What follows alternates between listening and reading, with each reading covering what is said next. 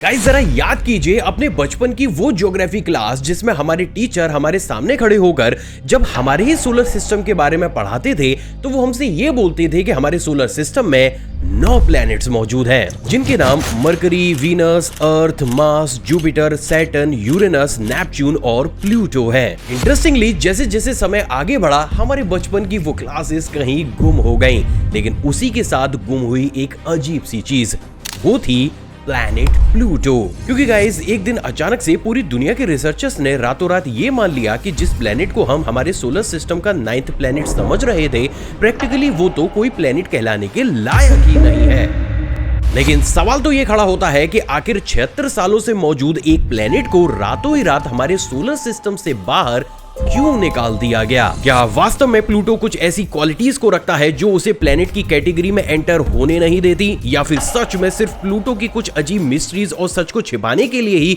धीरे धीरे उसे गुमनामी में कहीं धकेलने के लिए इंटेंशनली ये किया गया? वेल गाइस, आज की ये वीडियो आपको ना सिर्फ अभी तक की प्लूटोस की सारी मिस्ट्री बताएगी, बल्कि आज मैं सबसे पहली बार दुनिया भर के कुछ बड़े बड़े साइंटिस्ट के द्वारा दी गई उस थ्योरी को भी with evidence step by step break down करूंगा जो ये कहती है कि शायद प्लूटो हमारे सोलर सिस्टम का अभी तक का सबसे ज्यादा मिस्टीरियस प्लैनेट रहा है। सो वेलकम बैक गाइस, मैं हूं आकाश और आज की इस स्पेस मिस्ट्री को जानने के बाद नॉलेज के बेसिस पर आप कभी भी नहीं होंगे निराश।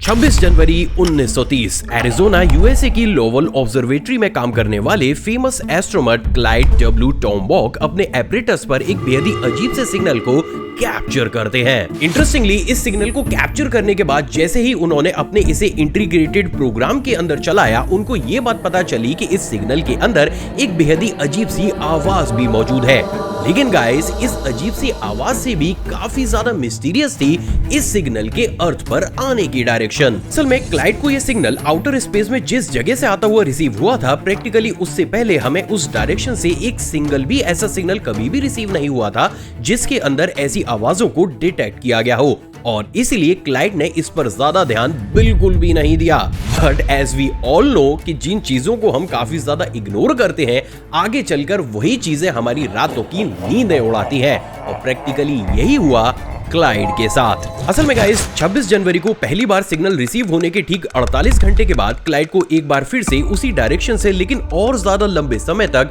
सेम सिग्नल रिसीव होता है। हैरानी की बात ये थी दोस्तों कि इस बार ना सिर्फ इस सिग्नल की लेंथ काफी ज्यादा बड़ी थी, बल्कि प्रैक्टिकली सिग्नल के अंदर मौजूद आवाज भी इस बार ज्यादा बड़े स्केल पर एम्पलीफाई करके रिसीव कराई गई थी, जो प्रैक्टिकली नेचुरली तो कभी भी नहीं हो सकता। असल में देखो, आउटर स्पेस में अगर किसी भी ब्लैक होल, प्लेनेट या फिर स्टार से कोई नेचुरली सिग्नल इमिट होकर वो हमें अर्थ पर रिसीव होता है, तो ऐसा बहुत ही रेयर होता है कि हमें ऐसे दो अलग अलग सिग्नल्स में सेम साउंड या फिर वेव पैटर्न मिले, या फिर उन पैटर्न्स को एम्पलीफाई किया गया हो। लेकिन क्योंकि ये चीज क्लाइड के साथ हो रही थी, तो अब इसे इग्नोर बिल्कुल भी नहीं किया जा सकता था, और इसलिए क्लाइड ने एड़ी चोटी तक का जोर लगा दिया इस सिग्नल के ओरिजिन को ढूंढने के लिए। जिसके बाद फाइनली जब 18 फरवरी साल 1930 को उन्हें इन सिग्नल्स के ओरिजिन लोकेशन का पता चलता है, तो वो स्पेस में उस तरफ अपने टेलीस्कोप से देखने का ट्राई करते हैं, और हम इंसानों को मिलती है प्लैनेट प्लूटो की सबसे पहली लेकिन इतनी धुंधली इमेज, जिसमें उसे पहचानना तो छोड़िए, हमें ठीक से उसका सरफेस भी नहीं दिख रहा था। लेकिन क्योंकि प्लूटो ने एक तरीके से खुद की ही प्रेजेंस हम इंसानों को उन साउंड्स के थ्रू दी थी, तो अलग अलग लोगों से सजेशन लेने के बाद फाइनली क्लाइड ने इसे पाताल लोक के रोमन देवता प्लूटो का नाम दे दिया। लेकिन शायद क्लाइड को जरा सा भी अंदाजा नहीं होगा कि प्रैक्टिकली पाताल लोक के देवता की तरह ही प्लूटो भी अपने अंदर ऐसे ऐसे राज छिपाए बैठे हैं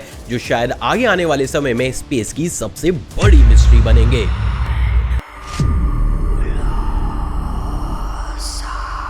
असल में गाइस प्लूटो की डिस्कवरी होने के बाद ये प्लेनेट हमारे रिसर्चर्स के लिए सेंटर ऑफ अट्रैक्शन बन गया, और ऐसा इसलिए है क्योंकि गाइस जैसे ही प्लूटो को डिस्कवर किया गया, हमारे रिसर्चर्स को प्लूटो के बारे में कुछ स्ट्रेंज सी चीजें पता चली, जिन्हें उस वक्त पब्लिकली अनाउंस भी किया गया था। नंबर 1, ये प्लेनेट भी अर्थ और हमारे सोलर सिस्टम में मौजूद बाकी के प्लेनेट्स की तरह हमारे स्टार यानी कि सन को ऑर्बिट करता है। नंबर 2, इसकी खुद की इतनी ग्रेविटेशनल पावर है कि जिसकी वजह से ये ऑलमोस्ट राउंड शेप का है। नंबर 3, इस प्लेनेट का भी अर्थ की तरह एक बिल्कुल ही अलाइंड और क्लोज मून है। एंड नंबर 4 एंड लास्ट, ये प्लेनेट आउटर स्पेस में जिस जगह पर मौजूद है, मोस्ट प्रोबेबली इस प्लेनेट के ऊपर लाइफ किसी न किसी फॉर्म में मौजूद हो सकती है। बट अनफॉर्चुनेटली क्योंकि प्लूटो अर्थ से लगभग 5.05 बिलियन किलोमीटर की दूरी पर मौजूद है, तो जब तक हम इसके पास अपना कोई मिशन ना पहुंचा दें, तब तक इस चीज को ऑथेंटिकली नहीं बोला जा सकता। और गाइस, यहीं से ही शुरू होती है प्लूटो की एक बेहद ही अजीब सी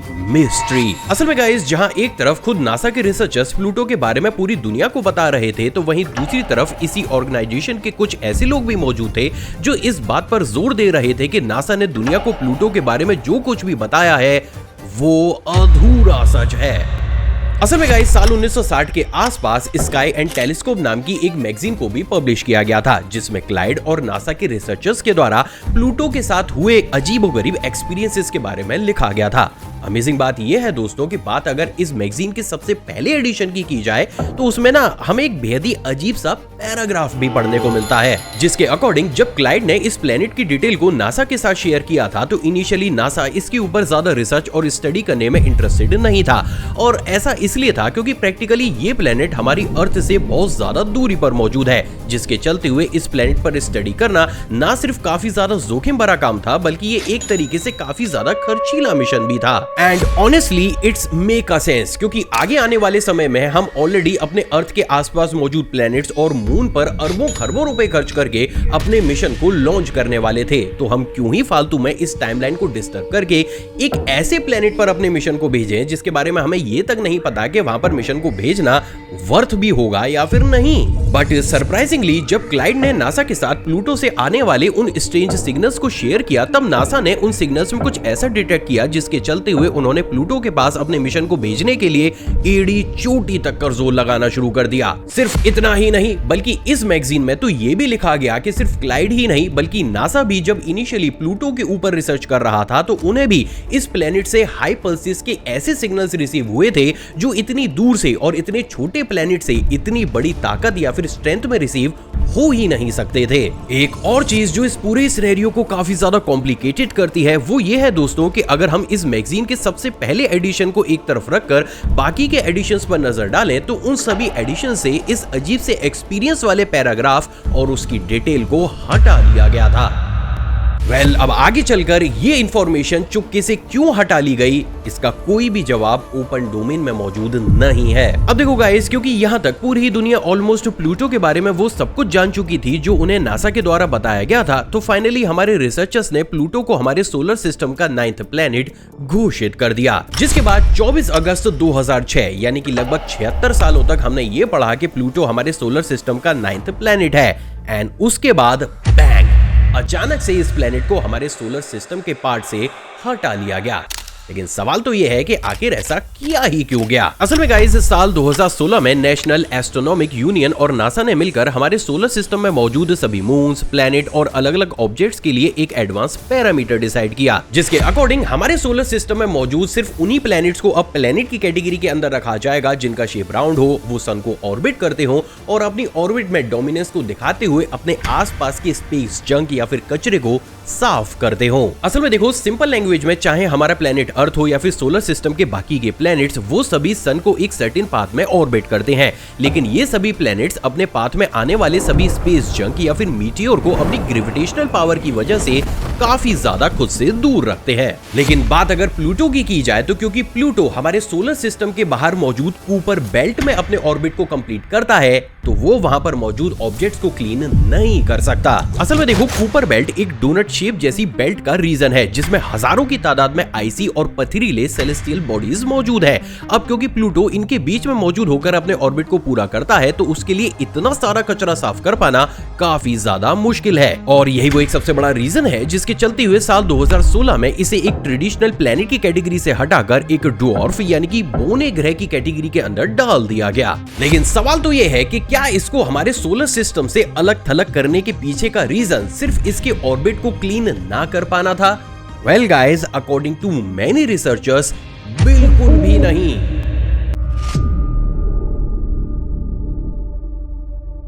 19 जनवरी 2006 ये वो दिन था जब नासा फ्लोरिडा के केप कैनावेरल एयरफोर्स स्टेशन से न्यू होराइजन नाम के अपने एक मिशन को लॉन्च करता है, जिसका काम प्लूटो के सरफेस की अभी तक की सबसे डिटेल इमेज को क्लिक करना था। इंटरेस्टिंग बात यह है दोस्तों कि क्योंकि प्लूटो अर्थ से इतनी ज्यादा दूरी पर मौजूद है कि वहां से लाइट को भी अर्थ पर आने में लगभग 4 घंटे और 45 मिनट का समय लगता है, तो प्रैक्टिकली ये मिशन इतनी ज्यादा लंबी दूरी को तय करके लगभग 9.5 साल यानी कि 14 जुलाई 2015 को प्लूटो के पास जाकर उसकी अभी तक की सबसे डिटेल इमेज को क्लिक करता है। लेकिन इसी इमेज के साथ खड़ा होता है एक ऐसा क्वेश्चन जिसका जवाब अभी तक नासा प्रॉपर तरीके से नहीं दे पाया है। असल में गाइस, बात अगर बिल्कुल सिंपल लॉजिक की जाए तो सबसे पहले तो नासा और इंटरनेशनल एस्ट्रोनॉमिक यूनियन साल 2003 में अपनी लंबी चलती आ रही रिसर्च की बेसिस पर ऑलमोस्ट ये डिसाइड करते हैं कि प्लूटो वो क्वालिटीज तक को भी नहीं रखता कि इसको हम एक ट्रेडिशनल प्लेनेट बोल सकें। जिसके बाद अपनी इस थ्योरी पर डिबेट करते हुए वो अगस्त 2006 में ऑफिशियली पूरी दुनिया के सामने ये अनाउंस कर देते हैं कि भाई प्लूटो कोई ट्रेडिशनल प्लेनेट नहीं बल्कि एक कॉमन सा ड्रॉप यानी कि बोना प्लेनेट है। तो अब इस बेसिस पर अगर साल 2003 में ही आप ये डिसाइड कर चुके थे कि प्लूटो कुछ और नहीं बल्कि एक ऑर्डिनरी सा बोना प्लेनेट ही है, तो फिर आखिर क्यों जनवरी 2006 में अरबों खरबों रुपए खर्च करके इतनी दूर आपने अपने मिशन को लॉन्च किया? मतलब देखो, ये चीज तो कहीं से भी सेंस नहीं बनाती और इसीलिए इस क्वेश्चन को सबसे पहली बार ऑथेंटिकली नासा से पूछा famous astronomer Mark Vincent Skies ने। इंटरेस्टिंगली, स्काइज के इस क्वेश्चन को पूछे जाने के बाद दुनिया भर के बड़े बड़े एस्ट्रोनॉमर ने भी नासा से प्लूटो से रिलेटेड बहुत से ऐसे क्वेश्चंस पूछे जिसमें उन्होंने ये जानने का ट्राई किया कि आखिर नासा प्लूटो को लेकर इतना ज्यादा इंटरेस्टेड है क्यों। इंटरेस्टिंग बात यह है दोस्तों कि इन सारे ही क्वेश्चंस का आंसर देते हुए नासा ने ये बोला कि भाई हमारा ये सोलर सिस्टम सिर्फ प्लैनेट्स, मून्स या फिर स्टार्स तक ही सीमित नहीं है। प्रैक्टिकली इस सोलर सिस्टम के अंदर बहुत से ऐसे मीटियोर्स या फिर बोने ग्रह भी आते हैं जिनको स्टडी करना हमारे लिए काफी ज्यादा इंपॉर्टेंट है। लेकिन एक सवाल जो इस स्टेटमेंट के बाद भी खड़ा होता है वो ये है दोस्तों कि बात अगर कूपर बेल्ट की भी की जाए तब भी इस बेल्ट में लगभग 100 से भी ज्यादा ऐसे बोने प्लैनेट्स मौजूद हैं जो कि प्लूटो से कम दूरी पर मौजूद हैं। तो फिर अगर आपको सिर्फ उस बेल्ट के ही उन प्लैनेट्स के ऊपर रिसर्च करनी थी तो आपने स्पेसिफिकली प्लूटो को ही सेलेक्ट क्यों किया? क्या वास्तव में इसके पीछे एक ऐसी मिस्ट्री छिपी हुई है जिसके बारे में आम लोगों को पता तक नहीं? वेल गाइस, अगर इस चीज के ऊपर थोड़ी सी डीप रिसर्च की जाए तो इसका आंसर आता है हाँ, और इस मिस्ट्री से काफी हद तक पर्दा उठाने का काम किया है फेमस साइंटिस्ट पॉल ब्रायन ने। असल में पॉल ने इन सारे इंसिडेंट पर कई दशकों तक रिसर्च करने के बाद एक जर्नल को पब्लिश किया जिसमें उन्होंने ये लिखा कि नासा को ना सिर्फ टाइम टू टाइम प्लूटो से अजीब से सिग्नल्स रिसीव हुए हैं बल्कि उन्होंने जितने भी सिग्नल्स प्लूटो की तरफ भेजे हैं उनमें से कुछ सिग्नल्स उन्हें बिना लॉस हुए प्रॉपर हालात में मिले हैं। असल में देखो, जब भी हम किसी भी प्लेनेट की तरफ किसी भी सिग्नल को भेजते हैं तो वो सिग्नल उस प्लेनेट के सरफेस से रिफ्लेक्ट होकर वापस अर्थ पर आता है, लेकिन क्योंकि उस सिग्नल को स्पेस में बहुत लंबी दूरी का ट्रेवल करना होता है तो अक्सर जब वो सिग्नल वापस आता है तो उसका मेजर पार्ट काफी ज्यादा वीक हो जाता है। लेकिन बात अगर प्लूटो की जाए तो इतनी ज्यादा दूरी पर होने के बावजूद भी हमें वहां से कुछ ऐसे सिग्नल्स मिले हैं जिसमें हमें 1% का भी लॉस देखने को नहीं मिला है, और ये तभी हो सकता है जब किसी एडवांस इक्विपमेंट से उस सिग्नल को रिसीव करके दोबारा से सेम कंडीशन में उसे अर्थ की तरफ भेजा जाए। सिर्फ इतना ही नहीं बल्कि पॉल का तो ये भी कहना है कि जेम्स वेब टेलीस्कोप ने भी प्लूटो की कुछ ऐसी इमेजेस को क्लिक किया है जिनको देखने के बाद काफी हद तक नासा को ये बात समझ में आ चुकी है कि प्लूटो के ऊपर किसी न किसी फॉर्म में लाइफ मौजूद हो सकती है, और इसलिए भी लोगों का इस प्लेनेट से ध्यान हटाने और इस पर डीप रिसर्च करने के लिए नासा ने बड़ी स्मार्टली अपने मिशन को लॉन्च करने के लगभग 7 महीनों के बाद इसको एक ट्रेडिशनल प्लेनेट की कैटेगरी से ही हटा दिया ताकि इसकी और ज्यादा इंफॉर्मेशन लोगों तक ना पहुंच पाए। अब देखो गाइस, पॉल की इन बातों में कितना दम है या फिर कितना नहीं ये तो कोई भी नहीं जानता है, लेकिन प्रैक्टिकली इस पॉइंट पर एक सवाल जो अब आपके दिमाग में भी खड़ा हुआ होगा वो ये है दोस्तों कि जब हमारा मिशन फिर फाइनली प्लूटो के पास पहुंचा तो क्या उसे वहां पर कुछ ऐसा देखने को मिला जिसकी उम्मीद किसी को भी नहीं थी? वेल गाइस, बिल्कुल मिला।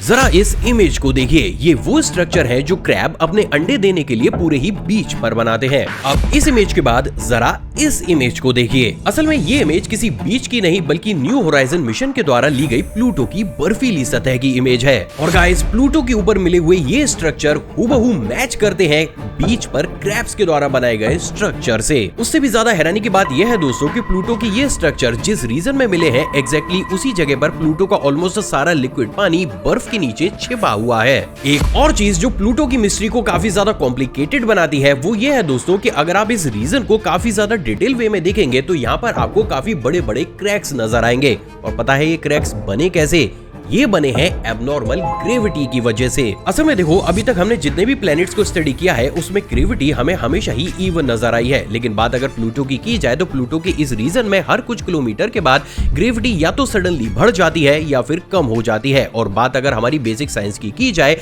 तो बिना किसी आर्टिफिशियल टेक्नोलॉजी की ये चीज किसी भी प्लैनेट पर होना बहुत ज्यादा मुश्किल है। तो क्या अब इस पॉइंट पर यह माना जा सकता है कि प्लूटो के अंदर कोई मौजूद एडवांस सभ्यता सरफेस पर ना रहकर फ्रोजन वाटर में अंडरग्राउंड रहती है? Well, maybe yes। और इस थ्योरी को काफी हद तक सपोर्ट मिलता है इस रीजन के डार्क स्पॉट में मिले नाइट्रोजन, मीथेन और इथेन जैसे हाइड्रोकार्बन के सोर्सेज से, जो कि टेक्निकली हमें उन प्लैनेट्स पर काफी ज्यादा देखने को मिलते हैं जहां पर लाइफ होने की पॉसिबिलिटी काफी ज्यादा होती है। अब ये सब जानने के बाद आपके दिमाग में ये क्वेश्चन तो हर हाल में आया होगा कि भाई ये सारी चीजें तो हमें अलग अलग प्लैनेट्स पर भी देखने को मिलती है, तो फिर आखिर हम प्लूटो को ही इतना ज्यादा मिस्टीरियस क्यों बोल रहे हैं? वेल गाइज, इसके पीछे 3 सबसे बड़े रीजन है, जिनमें से 2 ऑफिशियली नासा ने बताए हैं जबकि तीसरा इनडायरेक्ट तरीके से बाहर आया है। अब बात अगर सबसे पहले कारण की जाए तो वो ये है दोस्तों कि अगर आपने प्लूटो की इस इमेज को गौर से देखा होगा तो आपको यहाँ पर सिर्फ यही हार्ट शेप जैसा पार्ट बाकी के प्लेनेट से बिल्कुल ही अलग नजर आया होगा। इंटरेस्टिंग बात यह है दोस्तों कि अभी तक की हमारी रिसर्च ये बात पूरे तरीके से क्लियर करती है कि प्लूटो का ये पार्ट बाकी के प्लेनेट की केमिस्ट्री से बिल्कुल ही अलग है। ये ठीक ऐसा ही है जैसे इंटेंशनली इस रीजन को सही एटमॉस्फेयर और कंडीशन में किसी इंटेलिजेंस स्पीशी के द्वारा डेवलप किया गया हो। एंड बाय द वे, ये काम कोई अरबों खरबों या करोड़ों साल पहले नहीं हुआ है, बल्कि प्रैक्टिकली ये काम तब हो रहा था जब अर्थ पर हम इंसान बंदरों से इंटेलिजेंट स्पीशी में इवॉल्व हो रहे थे। अब देखो, इस तरीके की किसी भी प्लेनेट पर आर्टिफिशियल केमिस्ट्री डेवलप हो पाना भाई बहुत ज्यादा रेयर होता है, और इसलिए ये प्लूटो की अभी तक की सबसे बड़ी मिस्ट्री है। वहीं दोस्तों, अब बात अगर दूसरे कारण की करूं तो वो है प्लूटो का अजीब सा पोल्यूशन। देखो, जैसे आज की डेट में हम इंसान अलग अलग चीजों का इस्तेमाल करते हुए हमारे अर्थ के एटमॉस्फेयर को पॉल्यूट कर रहे हैं, ठीक उसी तरीके से एक अजीब सा रेड कलर का पोल्यूशन प्लूटो के ऊपर भी सडनली जनरेट होता है, जिसको थॉलिन्स कहा जाता है। हैरानी की बात यह है दोस्तों कि ये पोल्यूशन भी प्लूटो पर हर एक अलग दिन अलग अलग लेवल में जनरेट होता है, और ये सबसे ज्यादा इसी हार्ट वाले रीजन में देखा गया है, जिससे ये उम्मीद लगाई जाती है कि इसके जनरेट होने के पीछे का रीजन नेचुरल ना होकर आर्टिफिशियल हो सकता है। तो देखो गाइज, ये तो 2 वो रीजन हुए जो कि नासा के द्वारा ऑफिशियली बताए गए हैं। अब बात करते हैं उस रीजन की जो कि ऑल ऑफ सडन एक रिसर्चर के द्वारा पूरी दुनिया के सामने लाया गया। असल में देखो, जब भी किसी भी मिशन को किसी भी प्लेनेट के ऊपर काम करने के लिए भेजा जाता है तो उस प्लेनेट से लगातार अलग अलग इमेजेस को क्लिक कराया जाता है, जिसके बाद इन सारी ही इमेजेस को फर्दर स्टडी करने के लिए एक सिक्योर ड्राइव में स्टोर किया जाता है। अब बात अगर एलन स्टर्न की जाए, जो कि नासा के इस पूरे ही मिशन में टीम के प्रिंसिपल इन्वेस्टिगेटर रहे हैं, तो उन्होंने एक चलते हुए इंटरव्यू में ये बोला था कि उन्होंने प्लूटो के इसी रीजन में कुछ अजीब सी लाइट्स को जलते और बुझते हुए भी देखा है। हालांकि ये स्टेटमेंट देने के कुछ ही घंटों के बाद उन्होंने ये भी बोला कि शायद उन्हें गलतफहमी हो गई है, लेकिन प्लूटो पर कोई भी लाइट वाला फिनोमेना अभी तक जनरेट नहीं हुआ। अब देखो, ये चीज उन्होंने इंटेंशनली किया या फिर हड़बड़ी में उन्होंने सच को बाहर ला दिया, इसका जवाब किसी के पास भी मौजूद नहीं है। और इसलिए ये सारी ही मिस्ट्रीज मिलकर प्लूटो को एक ऐसा प्लेनेट बनाती हैं जिसे चाहे आप सोलर सिस्टम में शामिल करें या फिर ना करें, लेकिन वो फिर भी अपने इस रहस्यमय वजूद के चलते हुए कई दशकों तक हम इंसानों के लिए एक बहुत बड़ी पहेली बना रहेगा। सो फाइनली गाइस, अब ये सारी ही इंफॉर्मेशन जानने के बाद मुझे आपसे 3 क्वेश्चन पूछने हैं। नंबर 1, क्या वास्तव में प्लूटो पर कोई एडवांस लाइफ हो सकती है? नंबर 2, अगर प्लूटो वास्तव में सिर्फ एक बेजान प्लेनेट ही है तो फिर आखिर इतनी दूर मिशन भेजने की जरूरत क्या है? एंड नंबर 3, क्या इन चीजों को देखकर प्लूटो फ्यूचर में हम इंसानों का घर बन सकता है? आपको जो कुछ भी लगता है नीचे कमेंट सेक्शन में कमेंट जरूर कीजिएगा। सबसे अच्छे और लॉजिकल कमेंट को मैं खुद से पिन करूंगा। आई होप गाइस आपको ये वीडियो और रिसर्च पसंद आई होगी, और इन्हीं तरीके की अगर आप एविडेंस बेसिस डॉक्यूमेंट्रीज देखना चाहते हैं तो पहले तो इस वीडियो को 6000 लाइक तक पहुंचाइएगा और इस चैनल को सब्सक्राइब कर उस बेल आइकन को प्रेस जरूर कीजिएगा। इसके साथ ही अभी जो 2 वीडियोस आपको आपकी स्क्रीन पर दिख रही हैं, इन्हें भी चेकआउट जरूर कीजिएगा गाइस। क्या पता एक सच और आपका इंतजार कर रहा हो। जय हिंद।